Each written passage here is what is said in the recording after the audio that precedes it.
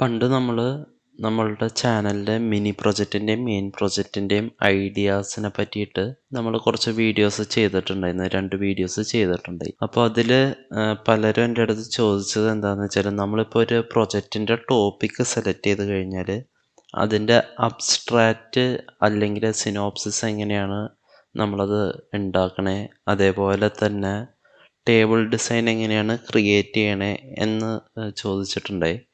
അപ്പോൾ ഞാൻ ഇന്നൊരു ഓഡിറ്റോറിയം ബുക്കിംഗ് വെബ്സൈറ്റിൻ്റെ ഒരു എക്സാമ്പിൾ എടുത്തിട്ട് എങ്ങനെയാണ് ടേബിൾ ഡിസൈനും അബ്സ്ട്രാക്റ്റും റെഡിയാക്കണേ എന്നുള്ളത് ഒരു ബേസിക്കായിട്ടൊരു ഐഡിയ തരാം. ഇന്നത്തെ കാലത്ത് ChatGPTയും കാര്യങ്ങളൊക്കെ ഉള്ളത് കൊണ്ട് അബ്സ്ട്രാക്റ്റ് ഉണ്ടാക്കാൻ കാര്യങ്ങൾ കുറച്ചുകൂടി ഈസിയാണ്. അപ്പോൾ അതിൻ്റെ മെത്തേഡും കാര്യങ്ങളൊക്കെ ഞാൻ പറഞ്ഞുതരാം. അപ്പോൾ ആദ്യം നമുക്ക് വേണ്ടത് എന്താണെന്ന് വെച്ചാൽ, ഓഡിറ്റോറിയം വെബ്സൈറ്റിൻ്റെ നമുക്ക് എന്താണ്, എത്ര യൂസേഴ്സ് ഉണ്ടെന്നുള്ളത് ജസ്റ്റ് ഒന്ന് എഴുതി നോക്കാം. അപ്പോൾ സാധാ യൂസേഴ്സ് അവരെ നമ്മൾ യൂസർ എന്നും പറഞ്ഞിട്ട് റെഫർ ചെയ്യാണ്. പിന്നെ ഓഡിറ്റോറിയം ഓണേഴ്സ്, അപ്പോൾ ഇവർ രണ്ടുപേരുമാണ് നമ്മളുടെ ആ ഒരു യൂസേഴ്സിൻ്റെ ലിസ്റ്റിൽ മെയിനായിട്ട് വരുന്ന യൂസേഴ്സ്. അപ്പോൾ ഓണേഴ്സ് ഓഡിറ്റോറിയം ഡീറ്റെയിൽസ് അപ്ലോഡ് ചെയ്യാനും പിന്നെ ബുക്കിംഗ് മാനേജ് ചെയ്യാനും ഒക്കെ ആയിട്ടാണ് അവരുടെ റോള് മെയിനായിട്ട് വരുന്നത്. പിന്നെ അതേപോലെ യൂസേഴ്സ് ലോഗിൻ ചെയ്ത് അവർക്ക് ഹോള് വ്യൂ ചെയ്യാനും അതേപോലെ ബുക്ക് ചെയ്യാനും പറ്റണം. പിന്നെ ഇത് കഴിഞ്ഞിട്ട് നമുക്ക് പോസിബിൾ ആക്കാൻ പറ്റിയ വേറൊരു യൂസർ എന്ന് പറഞ്ഞാൽ അഡ്മിൻ യൂസേഴ്സാണ്. അഡ്മിൻ യൂസേഴ്സിന് വേണമെങ്കിൽ നമ്മളുടെ സാധാ യൂസേഴ്സിനെ അല്ലെങ്കിൽ ഓണേഴ്സിന് അതല്ലെങ്കിൽ ഹോള് അങ്ങനെയുള്ള സംഭവങ്ങൾ വേണമെങ്കിൽ നമുക്ക് ലോക്ക് ചെയ്യാനോ അല്ലെങ്കിൽ അവരെ ബ്ലോക്ക് ചെയ്യാൻ മറ്റുമായിട്ടൊക്കെ നമുക്ക് യൂസ് ചെയ്യാൻ പറ്റും. അപ്പോൾ പോസിബിളായിട്ട് വരാൻ ചാൻസ് ഉള്ള 3 യൂസേഴ്സിനെ നമ്മൾ ഡിസ്ക്രൈബ് ചെയ്തു. ഇനി അടുത്തത് എന്താ വേണ്ടതെന്ന് വെച്ചാൽ മൊഡ്യൂൾസ് എന്തൊക്കെ വേണം എന്നുള്ളത് ഒരു ബേസിക് ഐഡിയ വേണം. ഈ മൊഡ്യൂൾസ് എന്ന് പറയുന്നത് നമ്മളുടെ ആ ഒരു ഫീച്ചേഴ്സ് ആണ് ഉദ്ദേശിക്കുന്നത്. അപ്പോൾ ഈ ഒരു പ്രൊജക്റ്റിൽ എന്തൊക്കെ ഫീച്ചേഴ്സാണ് നിങ്ങൾ ആഡ് ചെയ്യാൻ ഉദ്ദേശിക്കുന്നത്. അപ്പോൾ മെയിനായിട്ട് ഇവിടെ പറയുവാണെങ്കിൽ നമ്മളുടെ ലോഗിൻ സൈനപ്പൊക്കെ നമ്മൾ ഇതിൽ കൊണ്ടുവരുന്നുണ്ട്. അപ്പോൾ അതിനെ നമ്മൾ പറയുന്നത് യൂസർ രജിസ്ട്രേഷൻ മൊഡ്യൂൾ. അപ്പോൾ യൂസർ രജിസ്ട്രേഷൻ മൊഡ്യൂൾ എന്ന് പറഞ്ഞിട്ടൊരു മൊഡ്യൂൾ നമുക്ക് വേണം. പിന്നുള്ളതെന്ന് പറഞ്ഞാൽ നമുക്ക് എന്താ വേണ്ടേ, നമുക്ക് ഓഡിറ്റോറിയം മൊഡ്യൂൾ വേണം. ഓഡിറ്റോറിയത്തിൻ്റെ മൊഡ്യൂൾ എന്ന് പറയുമ്പോൾ അതിൽ പുതിയ ഓഡിറ്റോറിയം ആഡ് ചെയ്യാൻ പറ്റണം, എഡിറ്റ് ചെയ്യാൻ പറ്റണം, ഡിലീറ്റ് ചെയ്യാൻ പറ്റണം, ആൻഡ് ഫൈനലി വ്യൂ ചെയ്യാൻ പറ്റണം. അപ്പോൾ അവിടെ ഒരു മൊഡ്യൂൾ വരുന്നുണ്ട്. പിന്നെ ബുക്കിങ്ങിന് ഒരു മൊഡ്യൂൾ വേണം. അപ്പോൾ ബുക്കിംഗ് മൊഡ്യൂൾ നമ്മൾ സെറ്റ് ചെയ്ത് വെച്ചിട്ടുണ്ട്. പിന്നെ വേറെ നമ്മൾ തൽക്കാലം ഇത്രയാണ് നമ്മൾ ഡിസൈഡ് ചെയ്യേണ്ടത്.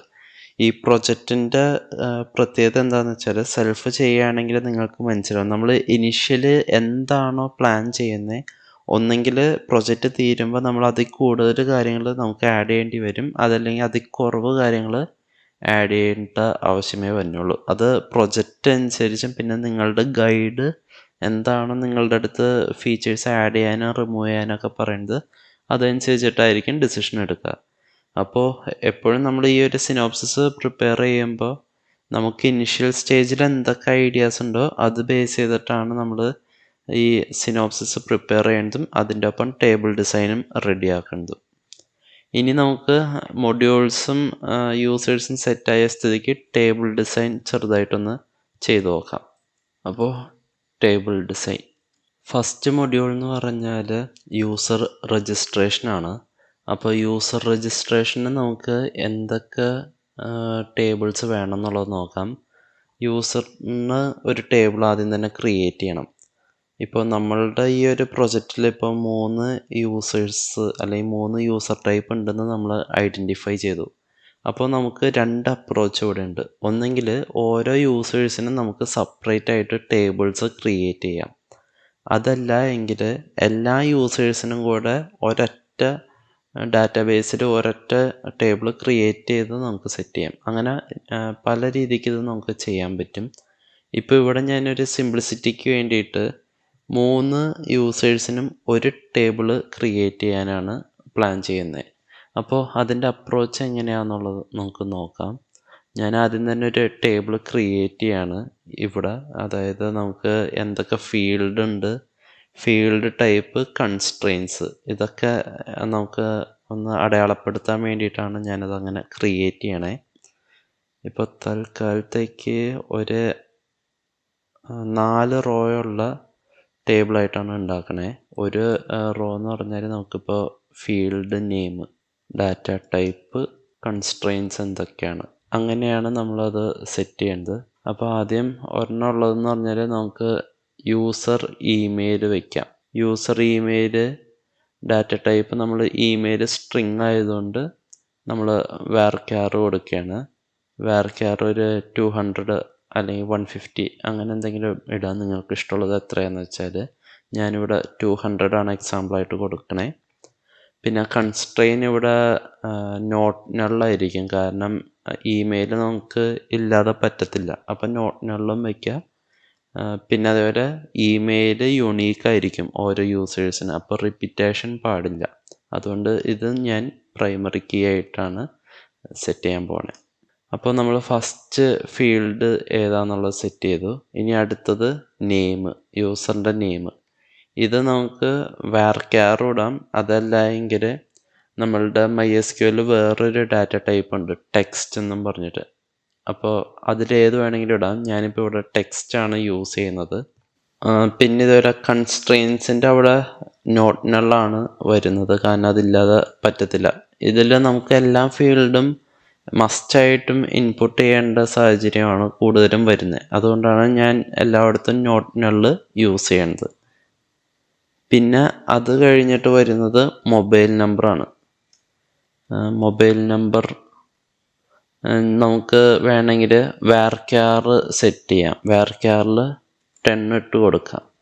ഇതെന്തുകൊണ്ട് varchar യൂസ് ചെയ്തു എന്ന് ചോദിക്കുകയാണെങ്കിൽ ഇപ്പം നിങ്ങൾ വിചാരിക്കും ഇൻറ്റീജർ യൂസ് ചെയ്താൽ പോരെയെന്ന്. പക്ഷെ എന്താണെന്ന് വെച്ചാൽ ഇൻറ്റീജറിൻ്റെ കപ്പാസിറ്റീനേലും മേളിലായിട്ടായിരിക്കും നമ്മളുടെ ന്യൂമറിക്കലി ഈ ഒരു മൊബൈൽ നമ്പർ വരാം. അതായത് ഒരു ലിമിറ്റ് ഉണ്ട്, നമ്മൾ നെഗറ്റീവ് തൊട്ട് പോസിറ്റീവ് ഇത്ര വരെയാണ് ഇൻറ്റീജറിൽ ഹോൾഡ് ചെയ്യാൻ പറ്റുക. പിന്നെ അതല്ലെങ്കിൽ നമ്മൾ അതിനേലും മേളിലായിട്ട് വരുന്ന ഫോംസ്, ഡാറ്റ ടൈപ്പ് വേണം യൂസ് ചെയ്യാൻ. അപ്പോൾ അത്രയും കോംപ്ലിക്കേഷനിലേക്കൊന്നും പോവാതെ തന്നെ varchar ആണ് ഞാനിവിടെ യൂസ് ചെയ്യുന്നത്. കാരണം ഇത് എടുക്കാൻ ഉള്ള വേറൊരു റീസൺ എന്ന് പറഞ്ഞാൽ ഈ മൊബൈൽ നമ്പർ നമ്മൾ ആഡ് ചെയ്യുകയോ സബ്സ്ട്രാക്ട് ചെയ്യുകയോ അങ്ങനെയൊന്നും തന്നെ ചെയ്യുന്നില്ല. അപ്പോൾ നമുക്ക് അവിടെ അതൊരു ഇൻറ്റീജർ വേരിയബിൾ ടൈപ്പ് അല്ലെങ്കിൽ ഡാറ്റ ടൈപ്പിലേക്ക് സ്റ്റോർ ചെയ്യേണ്ട ആവശ്യകത വളരെ കുറവാണ്. അതുകൊണ്ടാണ് നമ്മൾ varchar യൂസ് ചെയ്തിട്ടുള്ളത്.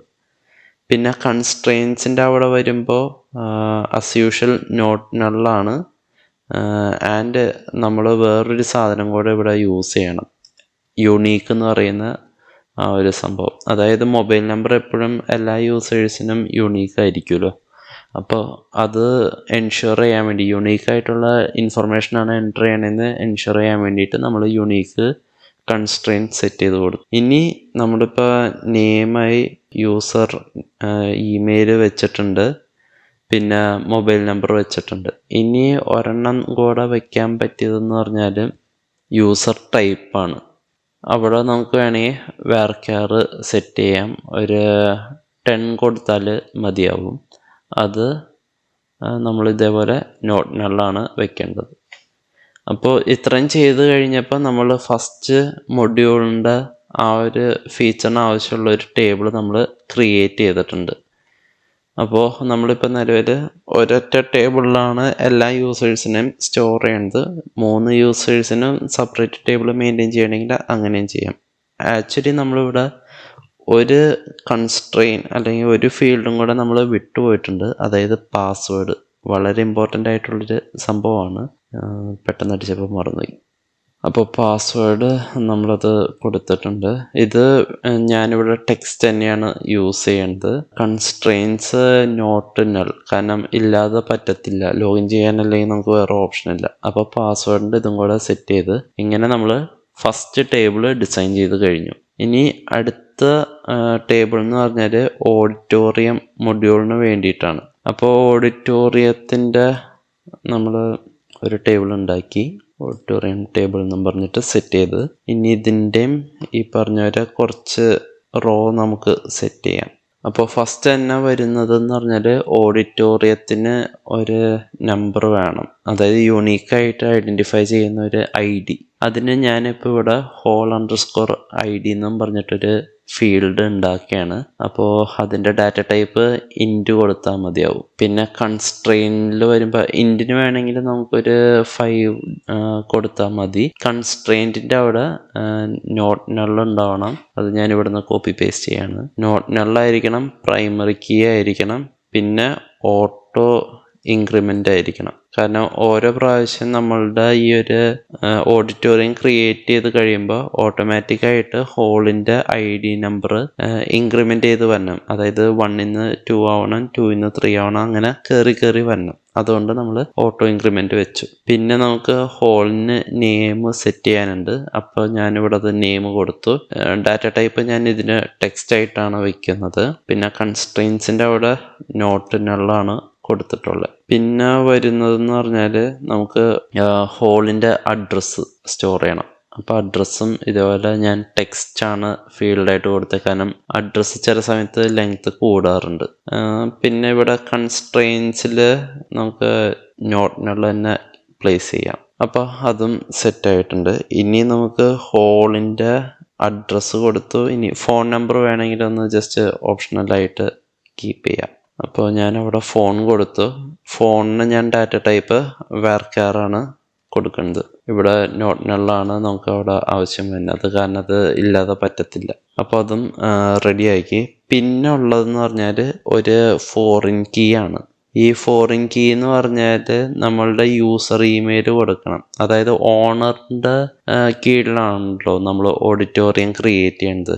അപ്പോൾ ഓണർ അക്കൗണ്ട് ക്രിയേറ്റ് ചെയ്യുമ്പോൾ സ്വാഭാവികമായിട്ടും യൂസർ ടേബിളിലേക്കായിരിക്കും അത് വരാം. അപ്പോൾ അവിടെ നിന്ന് നമുക്ക് യൂസർ ഇമെയിൽ എപ്പോഴും യൂണീക്കായിരിക്കും. ആ യൂസർ ഇമെയിലാണ് ഇവിടെ ഓഡിറ്റോറിയം ടേബിളിൽ ഫോറിൻ കീ ആയിട്ട് തന്നെ. അപ്പോൾ അത് വെച്ചിട്ട് നമുക്ക് യൂസർ ഇമെയിൽ എന്നും പറഞ്ഞിട്ട് ഒരു ഇമെയിൽ ഫീൽഡ് ഉണ്ടാക്കി. ഇവിടെ varchar നമ്മൾ 200 കൊടുത്തത്, അതുകൊണ്ട് ഞാനത് ഇവിടെ തിരിച്ച് 200 തന്നെ ആക്കി. കാരണം ഇത് സെയിം ആയിരിക്കണം, അല്ലെങ്കിൽ നമ്മളുടെ ആ ഒരു കണക്ഷൻ കറക്റ്റായിട്ട് കിട്ടില്ല, ആ ഒരു ഫോറിൻ കീ സെറ്റ് ആവത്തില്ല. പിന്നെ കൺസ്ട്രെയിൻസിൻ്റെ അവിടെ നമുക്ക് നോട്ട് നള്ളും മെൻഷൻ ചെയ്യാം, പിന്നെ അതേപോലെ തന്നെ ഫോറിൻ കീ മെൻഷൻ ചെയ്യാൻ പറ്റും. ഫോറിൻ കീ എന്ന് പറഞ്ഞാൽ നമ്മളുടെ യൂസർ ടേബിളിലുള്ള യൂസർ ഇമെയിലാണ്. ഈ യൂസർ ഇമെയിൽ എന്ന് പറയുന്ന ഓഡിറ്റോറിയം ടേബിളിലെ ഫീൽഡുമായിട്ട് ഫോറിൻ കീ ആയിട്ട് റെഫറൻസ് ചെയ്ത് വരുന്നത്. അപ്പോൾ അത്യാവശ്യം നമ്മളിവിടെ ഓൾമോസ്റ്റ് എല്ലാം തന്നെ റെഡി ആക്കിയിട്ടുണ്ട്. പിന്നെ ഓപ്ഷണലായിട്ട് നമുക്കിപ്പോൾ ഇമേജ് ഓഡിറ്റോറിയത്തിൻ്റെ നമ്മൾ സ്റ്റോർ ചെയ്യുകയാണെങ്കിൽ ആ ഇമേജ് നമ്മളുടെ എന്താ പറയുക സാമ്പിൻ്റെ അകത്ത് അല്ലെങ്കിൽ വാമ്പിൻ്റെ അകത്ത് എവിടെയാണ് അപ്ലോഡ് ചെയ്യണമെന്ന് വെച്ചാൽ ആ അപ്ലോഡ് ചെയ്യണ പാത്ത് നമുക്ക് സ്റ്റോർ ചെയ്യേണ്ട ഒരു റിക്വയർമെൻറ്റ് വരും. അപ്പോൾ അങ്ങനെയാണെങ്കിൽ അതിനൊരു ഫീൽഡും കൂടെ ഉണ്ടാക്കണം. അതിന് ഞാനിവിടെ പിക്ക് എന്നും പറഞ്ഞിട്ടൊരു ഫീൽഡ് ഉണ്ടാക്കി. പിന്നെ നമ്മളുടെ ഫയലിൻ്റെ നെയിം, അതിൻ്റെ ലെങ്ത് എന്തോരം വേണമെങ്കിലും വരാം, കാരണം യൂസർ സെലക്ട് ചെയ്യുന്നതനുസരിച്ചിട്ട് ലെങ്ത് കൂടുകയും കുറയുകയും ചെയ്യാം. അതുകൊണ്ട് ഞാനിവിടെ ടെക്സ്റ്റ് എന്ന് പറഞ്ഞിട്ടുള്ള ആ ഒരു ഡാറ്റ ടൈപ്പാണ് അതിന് വെച്ചിട്ടുള്ളത്. ഇതിനും ഞാൻ നോട്ട് നൾ എന്ന് പറഞ്ഞ കൺസ്ട്രെയിനാണ് പ്ലേസ് ചെയ്യേണ്ടത്. അപ്പോൾ ഓഡിറ്റോറിയം ടേബിള് ഏകദേശം നമ്മൾ ഫൈനലൈസ് ചെയ്തിട്ടുണ്ട്. ഇതിൽ പിന്നെ ഒരു റിമാർക്ക് പറയേണ്ടത് എന്താണെന്ന് വെച്ചാൽ പിക്കിൻ്റെ ഫീൽഡ് ചിലപ്പോൾ നിങ്ങളുടെ കോഡ് ചെയ്യേണ്ടതനുസരിച്ച് കാര്യങ്ങൾ മാറി വരാം. ഞാനൊക്കെ സാധാരണ ചെയ്യണമെന്ന് പറഞ്ഞാൽ നമ്മൾ ഒരു ഇമേജ് സെലക്ട് ചെയ്ത് അപ്ലോഡ് ചെയ്യുമ്പോൾ അതൊരു ഫോൾഡറിലേക്കായിരിക്കും സ്റ്റോർ ചെയ്യുക. എന്നിട്ട് ഈ സ്റ്റോർ ചെയ്യുന്ന ഇമേജിൻ്റെ ആ ഒരു ഫയൽ നെയിം ആയിരിക്കും ടേബിളിൽ സ്റ്റോർ ചെയ്ത് വെക്കേണ്ടത്. പക്ഷെ ചില കേസുകളിൽ ചിലവർ നമ്മളുടെ മൈ MySQL ടേബിളിലേക്ക് ഡയറക്റ്റ് ഇമേജ് സ്റ്റോർ ചെയ്യാറുണ്ട്. അപ്പോൾ ആ അപ്രോച്ച് ആണെങ്കിൽ അതനുസരിച്ചിട്ട് ഡാറ്റ ടൈപ്പ് മാറും. പക്ഷേ എൻ്റെ അപ്രോച്ച് ഇങ്ങനെ എഴുതാനും എനിക്ക് ജസ്റ്റ് ഫയലിൻ്റെ പേര് മാത്രം സ്റ്റോർ ചെയ്താൽ മതി എന്നുള്ളൊരു സെൻസിൽ ഡാറ്റ ടൈപ്പ് ഞാൻ ടെക്സ്റ്റ് ആയിട്ട് ആണ് സെറ്റ് ചെയ്തിട്ടുള്ളത്. ഇനി നമുക്ക് ഫൈനലായിട്ട് വരുന്നത് ബുക്കിങ്ങിൻ്റെ ടേബിളാണ്. ബുക്കിംഗ് ടേബിളിൽ വരുമ്പോൾ കുറച്ച് അധികം ഫോറിൻ കീസ് വരുന്നുണ്ട്. ഫസ്റ്റ് തന്നെ വരുന്നത് ഏത് ഹോളാണ് നമ്മൾ ബുക്ക് ചെയ്യണേ എന്നുള്ള ഇൻഫർമേഷൻ റെഫറൻസ് ചെയ്യണം. അതായത് നമ്മൾ ഒരാൾ ജസ്റ്റ് ഇങ്ങനെ പിക്ചർ ചെയ്യാം. നമ്മളിപ്പോൾ ഒരു വെബ്സൈറ്റിൽ കയറി കുറേ ഹോളുകൾ ഉണ്ട്. നമ്മൾ ആ ഹോള് ബുക്ക് ചെയ്യാൻ വേണ്ടി സെലക്ട് ചെയ്യാൻ നേരത്ത് ആ ഹോളിൻ്റെ ഇൻഫർമേഷൻ നമുക്ക് ബുക്കിംഗ് ടേബിളിലേക്ക് ആഡ് ചെയ്യണമെങ്കിൽ ആ ഹോളിൻ്റെ ബുക്കിംഗ് ID നമ്മൾ ഫോറിൻ കീ ആയിട്ട് അതിൽ സെറ്റ് ചെയ്താൽ മതി. ബുക്കിംഗ് ടേബിളിൽ സെറ്റ് ചെയ്താൽ നമുക്കതങ്ങനെ ചെയ്യാൻ പറ്റും. അപ്പോൾ ഹോൾ ID നമ്മൾ ഓൾറെഡി ഓഡിറ്റോറിയം ടേബിളിൽ ഇൻറ്റീജർ 5 എന്നുള്ള രീതിയിലാണ് ഡാറ്റ ടൈപ്പ് സെറ്റ് ചെയ്തിട്ടുള്ളത്. അപ്പോൾ അത് തന്നെ ഞാൻ ഇവിടെയും തിരിച്ച് സെറ്റ് ചെയ്ത്. പിന്നെ നോട്ട് നള്ളാണ്. അതേപോലെ ഇത് നമ്മുടെ ഫോറിൻ കീയുമാണ്. അപ്പോൾ അങ്ങനെ ഫസ്റ്റ് ഫീൽഡ് നമ്മൾ സെറ്റ് ചെയ്ത് പിന്നെ വേണമെങ്കിൽ നമുക്ക് ഒരു ബുക്കിംഗ് ID വയ്ക്കാം. ബുക്കിംഗ് ID ഇതേപോലെ int 5 എന്നുള്ള രീതിയിൽ സെറ്റ് ചെയ്യാം. പിന്നെ അത് കഴിഞ്ഞിട്ട് ഇത് നമ്മൾക്ക് ബുക്കിംഗ് ID ഏതുതരം നമ്മൾ പുതിയ ബുക്കിംഗ് ചെയ്യുമ്പോൾ ഓട്ടോമാറ്റിക്കായിട്ട് ഇൻക്രിമെൻ്റ് ചെയ്ത് കയറ്റി കൊണ്ടുവരണം, നേരത്തെ പറഞ്ഞ പോലെ.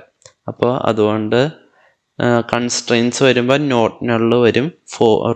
ഫോറിൻ കീ അല്ല, പ്രൈമറി കീ ആയിട്ട് നമ്മൾ സെറ്റ് ചെയ്യണം. കാരണം ഓരോ ബുക്കിങ്ങും നമുക്ക് യുണീക്കായിട്ട് ഐഡൻറ്റിഫൈ ചെയ്യണമെങ്കിൽ നമുക്ക് അത് പ്രൈമറി കീ ആക്കാതെ പറ്റത്തില്ല. പിന്നെ നമ്പർ ഇൻക്രിമെൻ്റ് ചെയ്യാൻ വേണ്ടിയിട്ട് കൺസ്ട്രെയിനിൽ ഓട്ടോ ഇൻക്രിമെൻറ്റ് സെറ്റ് ചെയ്തിട്ടുണ്ട്. അങ്ങനെ ബുക്കിംഗ് ID നമ്മൾ സെറ്റ് ചെയ്തു. ഇനി അടുത്തത് വേണ്ടതെന്ന് പറഞ്ഞാൽ യൂസർ ഇമെയിൽ. അതായത് ആരാണ് ഈ ഓഡിറ്റോറിയം ബുക്ക് ചെയ്തതെന്നുള്ള ആ ഒരു ഇമെയിൽ നമ്മൾ ഫോറിൻ കീ ആയിട്ട് റെഫറൻസ് ചെയ്യണം. അപ്പോൾ അതിന് വേണ്ടിയിട്ട് ഞാനിവിടെ ഇമെയിൽ എന്നും പറഞ്ഞിട്ടൊരു ഫീൽഡ് ഉണ്ടാക്കി. വേർക്യാർ നമ്മൾ 200 ആണ് ആ ഒരു യൂസർ ടേബിളിൽ യൂസർ ഇമെയിലിന് സെറ്റ് ചെയ്തിട്ടുള്ളത്. അതുകൊണ്ട് ഡാറ്റ ടൈപ്പ് ഞാനിവിടെ വേർക്യാർ 200 കൊടുത്തു. പിന്നെ അതും ഈ പറഞ്ഞ പോലെ ഫോറിൻ കീ ആയതുകൊണ്ട് കൺസ്ട്രെയിൻസിൽ നോട്ട് നള്ളും അതേപോലെ ഫോറിൻ കീ എന്നുള്ളത് അത് രണ്ടുമാണ് വരുന്നത്. ഇനി ഉള്ളതെന്ന് പറഞ്ഞാൽ നമുക്ക് ഒരു എപ്പോഴാണ് നമ്മളുടെ ആ ഒരു ഹോള് ബുക്ക് ചെയ്തിട്ടുള്ളത് എന്നുള്ളത് നമുക്ക് സ്റ്റോർ ചെയ്യണം. അതിന് ഞാൻ ഒരു സ്റ്റാർട്ട് ടൈം എന്നും പറഞ്ഞിട്ട് ഒരു ഫീൽഡ് ക്രിയേറ്റ് ചെയ്തിട്ടുണ്ട്. ഈ ഫീൽഡിൻ്റെ ഡാറ്റ ടൈപ്പ് എന്ന് പറഞ്ഞാൽ ഡേറ്റ് ടൈം എന്നും പറഞ്ഞിട്ടൊരു ഡാറ്റ ടൈപ്പ് ഉണ്ട് MySQL. അതാണ് ആ ഡാറ്റ ടൈപ്പ്. അപ്പോൾ ആ ഒരു ഡാറ്റ ടൈപ്പ് പേര് പോലെ തന്നെ നമ്മളുടെ ആ ഒരു ഡേറ്റും ടൈമും ഒരുമിച്ച് സ്റ്റോർ ചെയ്ത് വയ്ക്കും. പിന്നെ ഇതിൽ കൺസ്ട്രെയിൻ വന്നത് ജസ്റ്റ് നോട്ട് നള്ളാണ്. പിന്നെ അതേപോലെ തന്നെ നമുക്ക് എൻഡ് ചെയ്യേണ്ടത് എപ്പോഴാണെന്നുള്ളതും കൂടെ നമുക്ക് ഇൻഡിക്കേറ്റ് ചെയ്യണം. അപ്പോൾ അത് സ്റ്റോർ ചെയ്യാൻ വേണ്ടിയിട്ട് ഈ സെയിം ഇത് തന്നെ സ്റ്റാർട്ട് ടൈമിന് പകരം എൻഡ് ടൈം നമ്മൾ ഫീൽഡ് നെയിം പുതിയത് ക്രിയേറ്റ് ചെയ്ത് സ്റ്റാർട്ട് ടൈം പോലെ തന്നെ ഡാറ്റ ടൈപ്പ് ഇവിടെ ഡേറ്റ് ടൈമും കൺസ്ട്രെയിന് നോട്ട് നള്ളും. അപ്പോൾ അങ്ങനെ നമ്മൾ സ്റ്റാർട്ട് ടൈമും എൻഡ് ടൈമും എപ്പോഴാണെന്നുള്ളത് സ്റ്റോർ ചെയ്തിട്ടുണ്ട്. പിന്നെ വരുന്നതെന്ന് പറഞ്ഞാൽ ഒരു സ്റ്റാറ്റസിൻ്റെ ഒരു ഫീൽഡ് ഉണ്ടാക്കണം. അതായത് ഇപ്പോൾ നമ്മൾ ഇപ്പോൾ കുറേ പേര് ഒരേ ഹോളിന് വേണ്ടിയിട്ട് ബുക്ക് ചെയ്തു. അപ്പോൾ അങ്ങനെയാണെങ്കിൽ ഓണർ ഏതെങ്കിലും ഒരാൾക്കാണ് കൊടുക്കണമെങ്കിൽ ബാക്കിയുള്ളവരുടെ സ്റ്റാറ്റസ് ക്യാൻസൽ ആണല്ലോ. അപ്പോൾ അത് സ്റ്റോർ ചെയ്യാൻ വേണ്ടിയിട്ടാണ് ഈ ഒരു ഫീൽഡ്. അപ്പോൾ അതിന് ഞാൻ സ്റ്റാറ്റ് എന്നും പറഞ്ഞിട്ടൊരു ഫീൽഡ് ഉണ്ടാക്കിയിട്ടുണ്ട്. ഇത് ജസ്റ്റ് നമ്മൾ എന്താ പറയുക ഒരു ക്യാർ യൂസ് ചെയ്താൽ മതിയാവും ഡാറ്റ ടൈപ്പ്. ജസ്റ്റ് ഒരു ഇൻഡിക്കേഷന് വേണ്ടിയിട്ട്. അതായത് ക്യാൻസൽ ചെയ്യുകയാണെങ്കിൽ സ്റ്റാറ്റിൻ്റെ വാല്യൂ C ആയിരിക്കും. അതല്ല നമുക്കിപ്പോൾ എലിജിബിളാണ്, നമുക്ക് ആ ഒരു ഡേറ്റ് സ്ലോട്ട് കിട്ടിയിട്ടുണ്ടെങ്കിൽ നമ്മളുടെ സ്റ്റാറ്റിൻ്റെ വാല്യൂ A ആയിരിക്കും. ഇനിയിപ്പോൾ നമ്മൾ വേറെ എന്തെങ്കിലും സ്റ്റാറ്റസ് ആണെങ്കിൽ അതിനൊരു ജസ്റ്റ് സിംഗിൾ ക്യാരക്ടർ വെച്ചിട്ട് നമുക്കത് റെഫറൻസ് ചെയ്യാൻ പറ്റും. അപ്പോൾ അതിന് ആ ഒരു ഉദ്ദേശത്തിന് വേണ്ടിയിട്ടാണ് ഞാനത് ഉണ്ടാക്കിയിട്ടുള്ളത്. ഇവിടെ കൺസ്ട്രെയിൻ ഞാൻ നോട്ടിനൽ ആയിട്ടാണ് വെച്ചിട്ടുള്ളത്. അപ്പോൾ ഇങ്ങനെയാണ് നമ്മൾ ടേബിൾ ഡിസൈൻ എല്ലാം സെറ്റ് ചെയ്യേണ്ടത്. ഇവിടെ ഇപ്പോൾ നമ്മൾ 3 മൊഡ്യൂൾസാണ് മെയിനായിട്ട് പറഞ്ഞത്. അതുകൊണ്ട് 3 മൊഡ്യൂൾസിൽ പോസിബിൾ ആയിട്ടുള്ള ടേബിൾസ് ക്രിയേറ്റ് ആയിട്ടുണ്ട്. അപ്പോൾ ഇങ്ങനെയാണ് ടേബിൾ ഡിസൈൻ ചെയ്യേണ്ടത്. പിന്നെ ഇതിൽ ഓർക്കേണ്ട ഒരു കാര്യം എന്താണെന്ന് വെച്ചാൽ, ഇപ്പം ഞാൻ ഓരോ മൊഡ്യൂൾസിനും ഓരോ ടേബിളായിട്ടാണ് സെറ്റ് ചെയ്തത്. പക്ഷേ എല്ലാ കേസുകളിലും അതങ്ങനെ ആവണമെന്നില്ല. ഒരു മൊഡ്യൂളിന് തന്നെ 2-3 ടേബിൾസൊക്കെ വരാറുണ്ട്. അത് നിങ്ങൾ എത്രത്തോളം കോംപ്ലക്സ് ആയിട്ടുള്ള പ്രൊജക്റ്റാണ് എടുക്കണേ അതനുസരിച്ചിട്ട് ടേബിൾ ഡിസൈൻ്റെ കോംപ്ലക്സിറ്റിയും കൂടും. അപ്പോൾ അങ്ങനെയാണ് അതിൻ്റെ കാര്യങ്ങളുള്ളത്. ഇനി ഇത്രയും കാര്യങ്ങൾ സെറ്റായി കഴിഞ്ഞാൽ നമുക്ക് പിന്നെ നമ്മളുടെ ആ ഒരു അബ്സ്ട്രാക്റ്റ് ഉണ്ടാക്കുന്ന ആ ഒരു പ്രൊസീജിയറിലേക്ക് പ്രൊസീഡ് ചെയ്യാം. അപ്പോൾ അതിന് വേണ്ടിയിട്ട് നമ്മൾ പണ്ടൊക്കെ ആയിരുന്നെങ്കിൽ വേർഡിലെല്ലാവരും ടൈപ്പ് ചെയ്തൊക്കെ ചെയ്യും. പക്ഷെ ഇപ്പോൾ കുറച്ചുകൂടിയും സിമ്പിളാണ് ഇത് ചെയ്യാൻ. കാരണം എന്താണെന്ന് വെച്ചാൽ ChatGPT ഉണ്ട്. അപ്പോൾ ChatGPTയിൽ ഈ ഒരു പ്രോംപ്റ്റ് നമ്മൾ കറക്റ്റായിട്ട് കൊടുക്കുകയാണെങ്കിൽ നമുക്ക് കറക്റ്റായിട്ട് തന്നെ ഒരു അബ്സ്ട്രാക്റ്റ് ഓൾമോസ്റ്റ് കിട്ടും. പിന്നെ ഇതിൽ ശ്രദ്ധിക്കേണ്ട കാര്യം എന്താണെന്ന് വെച്ചാൽ, അബ്സ്ട്രാക്റ്റ് നിങ്ങൾ വായിച്ച് നിങ്ങൾ തന്നെ കറക്റ്റ് ചെയ്യണം. കാരണം ChatGPT എല്ലാവരും യൂസ് ചെയ്യുന്ന എല്ലാവർക്കും അറിയാം. അതുകൊണ്ട് ടീച്ചേഴ്സൊക്കെ ചെക്ക് ചെയ്യുമ്പോൾ നല്ല രീതിക്ക് ചെക്ക് ചെയ്യും. ചിലതൊക്കെ വായിക്കുമ്പോൾ തന്നെ മനസ്സിലാവും ChatGPT ആണ്. അതുകൊണ്ട് മാക്സിമം ChatGPT തരുന്ന അബ്സ്ട്രാക്റ്റ് നമ്മൾ വായിച്ച് നോക്കുക. ആവശ്യമില്ലാത്ത കാര്യങ്ങൾ അതിൽ നിന്ന് എടുത്ത് കളയാൻ വേണം. പിന്നെ മാക്സിമം റിവ്യൂ ചെയ്യണം. ചില പ്രൊജക്റ്റുകൾക്ക് ChatGPT തരുന്ന സാധനങ്ങൾ എന്ന് പറഞ്ഞാൽ നമുക്ക് പ്രൊജക്റ്റിൽ അത് ഇൻക്ലൂഡ് ചെയ്യാൻ പറ്റില്ല. റിയൽ ലൈഫ് സിനാരിയോസിൽ വരുന്ന സാധനങ്ങളാണ്. ഫോർ എക്സാമ്പിൾ ഇപ്പോൾ പറയുകയാണെങ്കിൽ ഒരു അബ്സ്ട്രാക്റ്റിൽ ചിലപ്പോൾ SMS അയക്കണ ഫീച്ചറൊക്കെ പറയും. പക്ഷെ അത് നമുക്ക് പ്രാക്ടിക്കലി അത് പോസിബിൾ അല്ല. അപ്പം അങ്ങനെ എന്തെങ്കിലുമൊക്കെ ഇതിൻ്റെ അകത്ത് വരാൻ ചാൻസ് വളരെ കൂടുതലാണ്. അതുകൊണ്ട് ഇങ്ങനത്തെ കാര്യങ്ങൾ ChatGPT നിങ്ങൾ ഡിപ്പെൻഡ് ചെയ്യുമ്പോൾ നിങ്ങളത് വളരെയധികം ശ്രദ്ധിക്കണം. പിന്നെ നമ്മളുടെ ഈ ഒരു അബ്സ്ട്രാക്റ്റിൽ മെയിനായിട്ട് വരുന്നതെന്ന് പറഞ്ഞാൽ മെയിൻ സെക്ഷൻ, ഇൻട്രൊഡക്ഷൻ, പിന്നെ objective, existing system, proposed system, പിന്നെ പ്രൊജക്റ്റ് മൊഡ്യൂൾസ്. ഇത്രയാണ് മെയിനായിട്ട് വരുന്നത്. പിന്നെ നിങ്ങളുടെ ഗൈഡ് എന്താണോ പറയുന്നത് അതനുസരിച്ചിട്ടുള്ള ആ ഒരു ഹെഡർ കാര്യങ്ങളൊക്കെ ആഡ് ചെയ്യുക. അതാണ് മെയിൻ ഫാക്ടർ. ഇൻട്രൊഡക്ഷനിൽ നിങ്ങൾ ചെയ്യാൻ പോകുന്ന പ്രൊജക്റ്റ് എന്താണെന്നുള്ളത് ഒരു ചെറിയൊരു പാരഗ്രാഫ് മെൻഷൻ ചെയ്യുക. നിങ്ങളുടെ ഒബ്ജക്റ്റീവാണ്, ഒബ്ജക്റ്റീവിൻ്റെ ആ ഒരു ഹെഡിങ്ങിൽ നിങ്ങൾ ആ ഒരു സെക്ഷനിൽ മെൻഷൻ ചെയ്യേണ്ടത്. എക്സിസ്റ്റിംഗ് സിസ്റ്റം എന്ന് പറഞ്ഞാൽ നിങ്ങളുടെ ഇപ്പോഴത്തെ പ്രൊജക്റ്റ് പ്രസൻറ്റ് വേൾഡിൽ അതെങ്ങനെയാണ് വർക്ക് ചെയ്യണേ അങ്ങനെയുള്ള ഇൻഫർമേഷൻ നിങ്ങൾ മെൻഷൻ ചെയ്യണം. പിന്നെ ഇപ്പോഴത്തെ സിസ്റ്റത്തിൻ്റെ പ്രോബ്ലംസ് എന്തൊക്കെയാണ്, അപ്പോൾ അതും മെൻഷൻ ചെയ്യേണ്ടി വരും. പിന്നെ പ്രപ്പോസ്ഡ് സിസ്റ്റം എന്ന് പറയുന്ന സെക്ഷനിൽ നിങ്ങൾ എന്താണ് ഈ ഒരു പ്രശ്നങ്ങൾക്ക് സൊല്യൂഷനായിട്ട് കൊണ്ടുവരാൻ പോകുന്നത് അത് മെൻഷൻ ചെയ്യുക. ഇത്രയും കഴിഞ്ഞ് കഴിഞ്ഞാൽ പ്രൊജക്റ്റിൻ്റെ മൊഡ്യൂൾസ് എന്തൊക്കെയാണെന്നുള്ളതാണ് മെൻഷൻ ചെയ്യേണ്ടത്. അപ്പോൾ പ്രൊജക്റ്റിൻ്റെ മൊഡ്യൂൾസ് നമ്മൾ ഓൾറെഡി ഇപ്പോൾ 3 ഡിസ്കസ് ചെയ്ത്. അപ്പോൾ അതേപോലെ നിങ്ങൾക്ക് പോസിബിളായിട്ടുള്ള പ്രൊജക്റ്റ് മൊഡ്യൂൾസ് എന്തൊക്കെയാണെന്നുള്ളത് കണ്ടുപിടിക്കുക. എന്നിട്ട് അത് എന്തൊക്കെയാണ് ഓരോ മൊഡ്യൂളിലും ഫങ്ഷൻ ചെയ്യുന്നതെന്നുള്ളത് മെൻഷൻ ചെയ്യുക. അപ്പോൾ അങ്ങനെയാണ് നമ്മൾ അബ്സ്ട്രാക്റ്റ് റെഡിയാക്കുന്നത്.